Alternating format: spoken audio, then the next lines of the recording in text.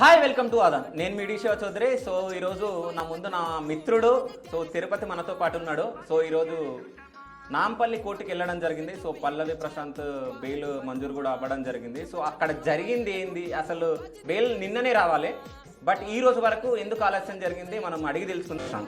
So పల్లవి ప్రశాంత్ నిన్ననే bail పైన నిన్ననే రావాలి, కానీ ఈ రోజు వరకు ఎందుకు ఆలస్యమైంది? ఇంకోటి, ఈ రోజు బెయిల్ వస్తే ఈ రోజు బయటికి రావాలి, ఇంకా రాలేడు. సో ఎందుకు, అసలు కారణాలు ఏంది? మీరు హైకోర్టు వరకు వెళ్ళారు, అక్కడి వరకు కోర్టు వరకు వెళ్ళారు కదా, సో మీరు నాంపల్లి కోర్టు వరకు వెళ్ళారు కదా, సో ఏం జరిగింది అక్కడ? సో ఫస్ట్ ఏంటంటే పల్లవి ప్రశాంత్ని కస్టడీకి 14 రోజులు ఇచ్చిన తర్వాత ఇప్పుడు పల్లవి ప్రశాంత్ ప్రస్తుతం చెంచల్గూడ జైల్లో ఉన్నటువంటి పరిస్థితి. సో మేము నాంపల్లి కోర్టుకు పోయిన వాళ్ళ పేరెంట్స్ కూడా కలిసినాం. అక్కడికి ఎవరు వచ్చిండు, అట్లనే బోలే అన్న వచ్చిండు, ఆటా సందీప్ అన్న వచ్చిండు, ఆటా సందీప్ గారి సతీమణి కూడా అక్కడికి వచ్చింది, చాలా మంది అక్కడికి వచ్చారు. వాళ్ళతో మాట్లాడినాము. వాళ్ళందరూ కూడా చాలా పాజిటివ్ రెస్పాన్స్ తోటి ప్రశాంత్కి పాపం ఏమీ తెలియదు, ఎందుకంటే అంత లీగల్గా అవగాహన లేనటువంటి వ్యక్తి కాబట్టి చాలా మంది సపోర్ట్ చేశారు. సో అక్కడ పోయిన తర్వాత ఇప్పుడు ఏంటంటే కేసు డిలే కావడానికి కారణము నిన్న బెంచ్ మీదకి లేట్గా పోయింది ప్రశాంత్కి సంబంధించినటువంటి ఆ పిటిషన్. సో అది డిలే అయింది ఒకటి. తర్వాత నిన్న లేట్గా అయింది కాబట్టి ఈ రోజుకి వాయిదా వేసారు. సో ఈ రోజు బెంచ్ మీదకి 4 o'clock 4:30 5కి పోయింది, 5కి బెంచ్ మీద పోయింది. సో బెయిల్ వచ్చింది.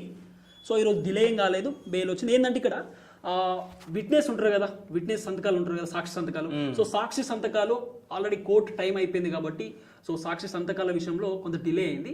రేపు ష్యూరిటీకి సంబంధించి రేపు సైన్స్ అయిపోతే రేపు ష్యూరిటీ సంతకాలు అయిపోయిన తర్వాత పల్లవి ప్రశాంత్ మేబీ 12-1 కట్లా బయటికి రావచ్చు ఖచ్చితంగా. సో ఇంకోటి అంటే గవర్నమెంట్ సంబంధించింది కాబట్టి సాటర్డే రోజు అంటే ఓపెన్ ఉంటుంది, బంద్ ఉంటుందా? మరి లేట్ అయితే మళ్ళీ అది అవును, రేపు ఒకవేళ సాటర్డే కాబట్టి అంటే సెకండ్ సాటర్డే అంత క్లారిటీ లేదు. సెకండ్ సాటర్డే అయితే మాత్రం ఒకవేళ హాలిడే ఉంటే ప్రశాంత్ బయటికి రాడు. రేపు సెకండ్ సాటర్డే కాదు, నార్మల్ సాటర్డే, కానీ హాఫ్ డే వరకే ఉంటాయి అన్నట్టయితే మనకు తెలుసు కదా. హాఫ్ డే చెప్పలేము, మళ్ళీ మండే రావచ్చు.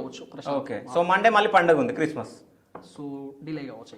అయితే 26 వరకు వెయిట్ చేయాల్సిన అవసరం అయితే ఉంటుంది.